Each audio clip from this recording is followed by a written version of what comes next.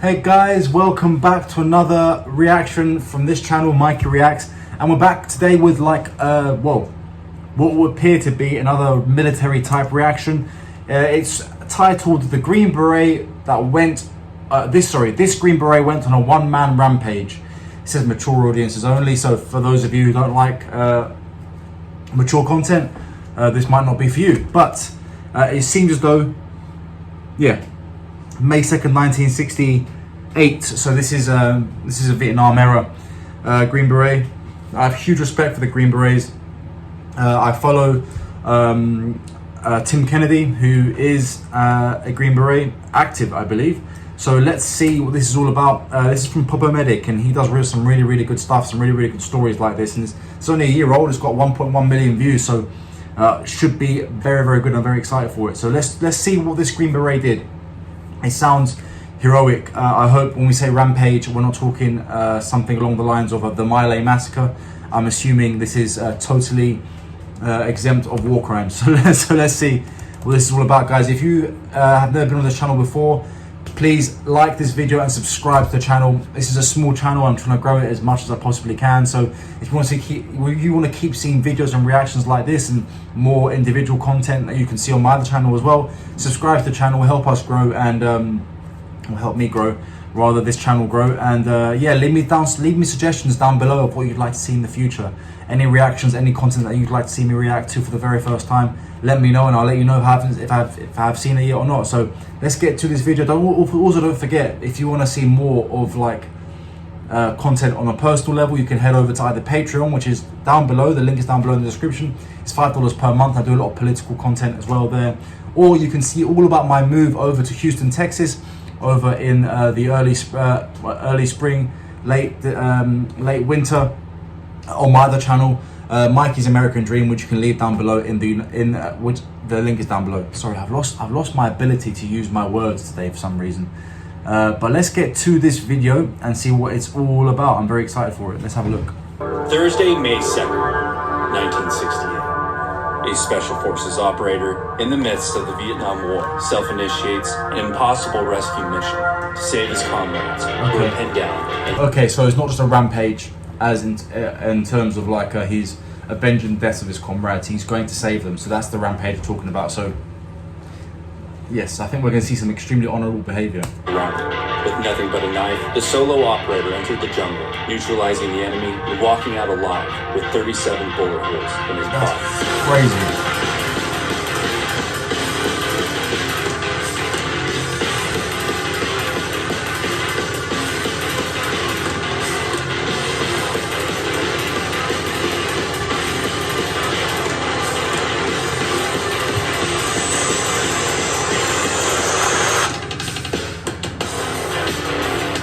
So I've heard the name Roy Benavidez.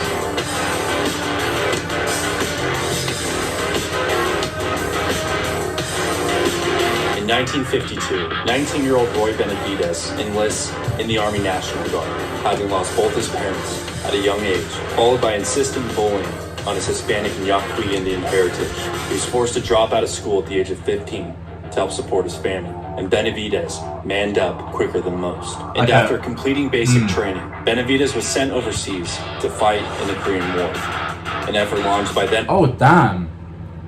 So he fought in Korea too. Wow. President Dwight D. Eisenhower to repel the communist North Korean regime from overtaking South Korea, and Benavidez did just that.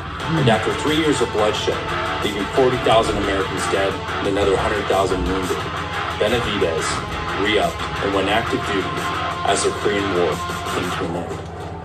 By 1959, he would attend and complete airborne school. Nice. And be assigned to the 82nd Airborne Division. The All-American Division. For those of you who don't know about the 82nd Airborne, so in conjunction with the 101st, they were the first Allied boots on the ground on D-Day.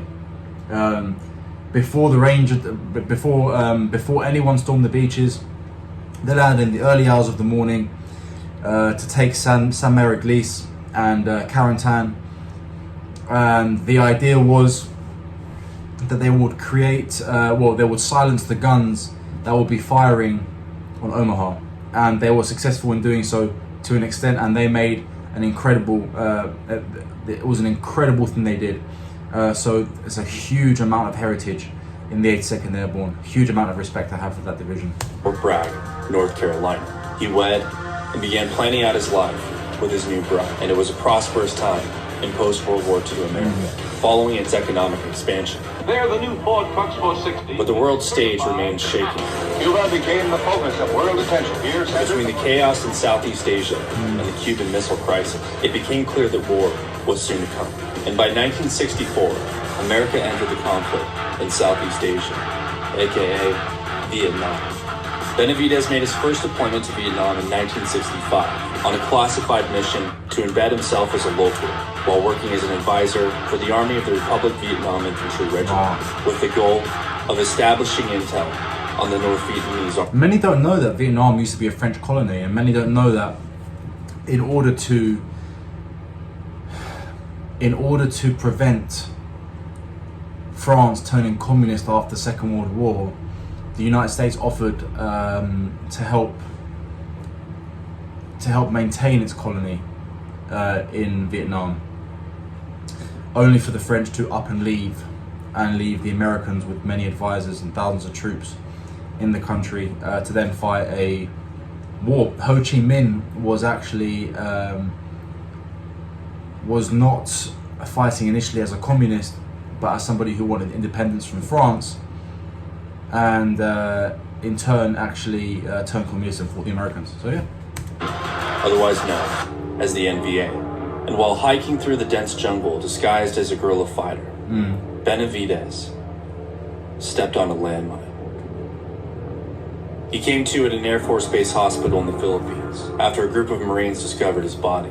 He was then transferred stateside to Fort Sam Houston, where doctors broke the news that he would never walk again. And in an effort to stay in the Army and fight, Roy Benavidez, against medical guidance, snuck out of his bed each night and crawled on the floor wall to wall for several hours, completing several laps, slowly redeveloping the strength in his legs, often in tears from the pain. And 6 months later, with his wife by his side, Benavidez walked out the hospital. He was initially... What an incredible... He was told that he would never walk again, and you know what he did? He walked. Into light duty upon his return, but Benavidez's mindset became larger than life, and he wanted much more. He pushed his body to its mental and physical limits over a period of several months as he prepared for Special Forces selection. And after completing the grueling pipeline, Benavidez was assigned to 5th Group as an 18 Bravo, and was officially a Green Beret. He requested assignment to Detachment Bravo 56 under the control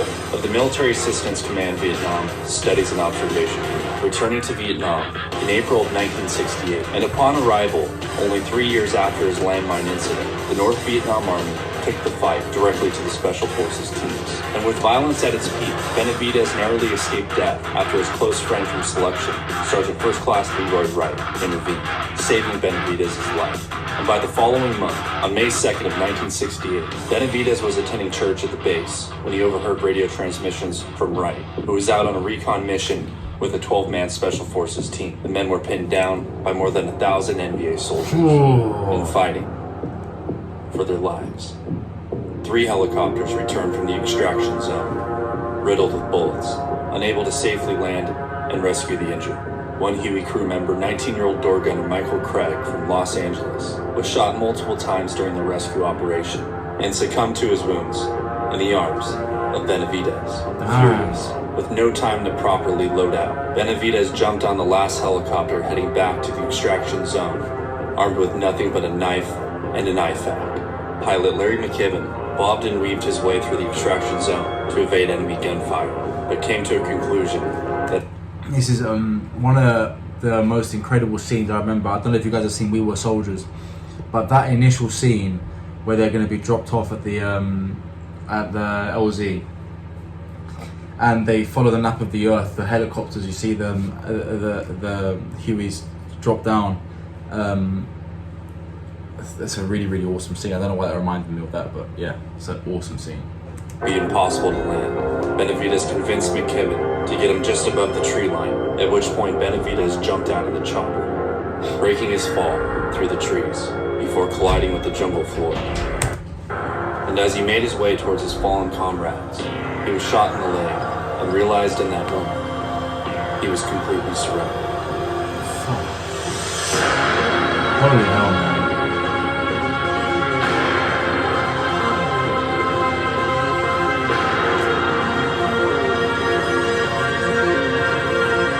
Well, being the cynicist that I am, he was initially 82nd Airborne, right? They're meant to be surrounded, as they say. This is a camera lucida, and for the whole of the 19th century, it was the indispensable drawing aid for great... During the chaos, he located Sergeant First Class Lloyd Musso, taking cover behind a tree, with obvious deformities and lacerations to and on his face.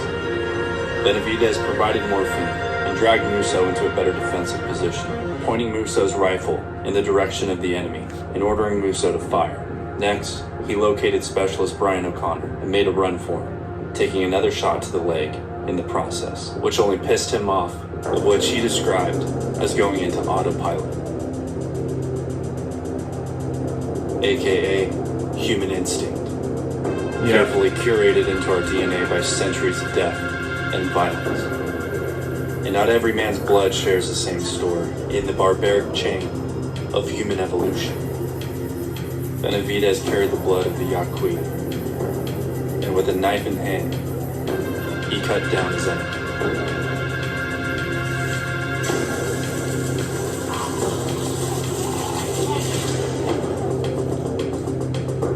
He fought his way into the extraction zone and signaled in the rescue chopper. The walking wounded made it on board as Benavidez laid cover fire with a picked up AK-47. He then located his close friend, Sergeant First Class Leroy Wright, who laid unresponsive beneath the tree.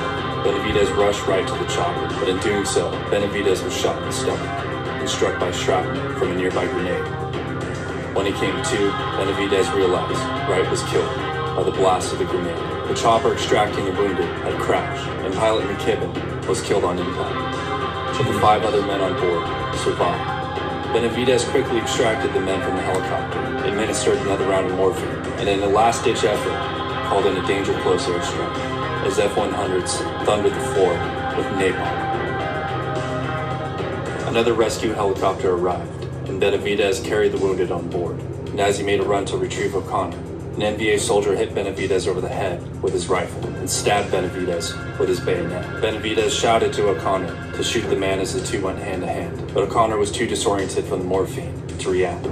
Benavidez removed his knife and stabbed the soldier, killing him. He then picked up O'Connor and ran to the chopper, while killing 3 more NVA soldiers with another picked up AK. Once everyone was on board, Benavidez was the last to join. And to everyone's surprise, Benavidez also piled in 3 dead NVA soldiers, just in case they were carrying any useful information.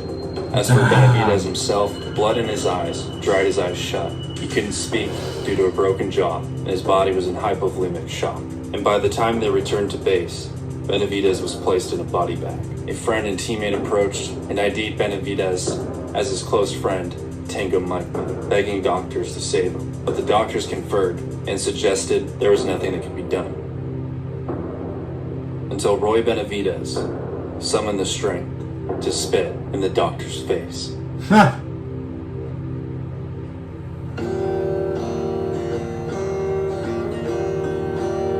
That's crazy.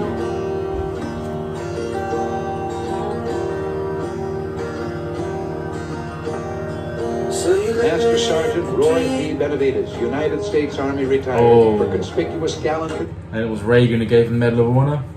What an honor. and intrepidity in action at the risk of his life above and beyond the call of duty, and his refusal to be stopped despite numerous severe wounds saved the lives of at least 8 men.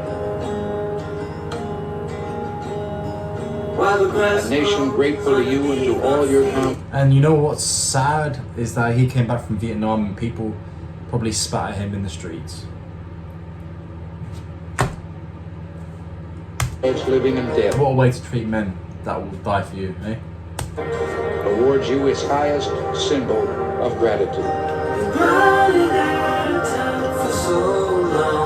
Congressional Medal of Honor.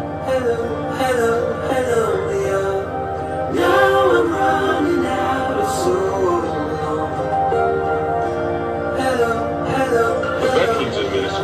offers the addicted dead no rehabilitation or retraining. New York City treats 4,000 more with methadone, with 2,000 on waiting lists. But that leaves 35,000 addicted Vietnam veterans without treatment.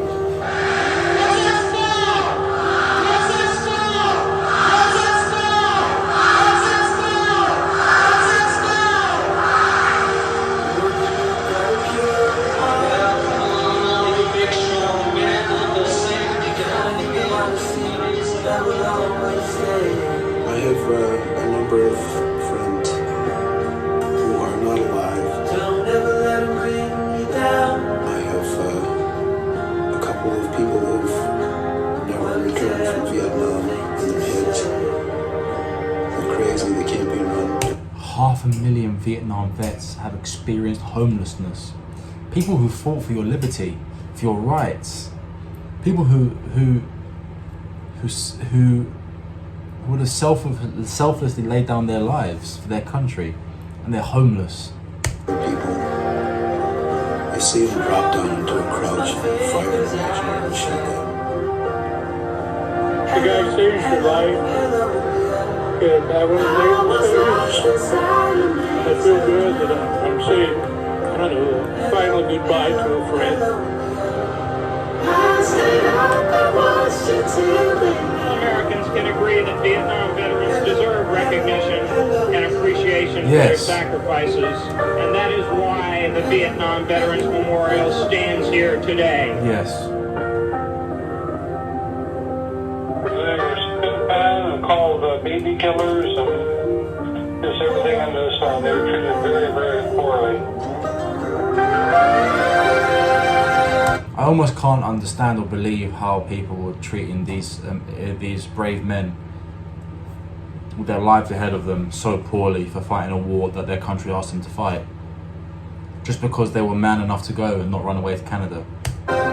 You know, there's a saying among us veterans that it is those that have fought for it that life has special flavor that the protector will never know. You have never lived till you almost died. And it is us veterans, especially the wounded, that pray for peace most of all. Because we have to suffer to lose the war. Very wise words. Very wise words. 1998, he died a year after I was born. What an incredible life. What an incredible man. Hey guys, if you enjoyed this, and just because I'm telling you that he was an incredible man and he lived an incredible life, that's not to say that every single troop that went to Vietnam wasn't an incredible person. Yeah, this was incredible. It's an incredible story. I said before, I can never get over how they were treated when they arrived back with such immaturity from people who would never understand the sacrifices that these men gave, never understand the struggle that these men went through and continue to go through even after coming back from Vietnam. And I find it absolutely ridiculous. And you have the same kind of people that are around now, entitled, selfish, weak, calling those who are selfless, strong and brave baby killers. So well done. Absolutely, yeah. But seriously, to the men and women, those of you who are Vietnam veterans or any kind, thank you for your service. I know that people say thank you for your service. It's very hard to find a response other than thank you for your support, and it probably happens to you more than you would like it to happen. Nonetheless, I find it's important that we appreciate and talk about these amazing people who defend our Western values, our democracies, our ways of life. Whether it was in 1914 or 2021, it doesn't matter, or currently. So yeah, thank you very much, guys. And this was a really amazingly done video.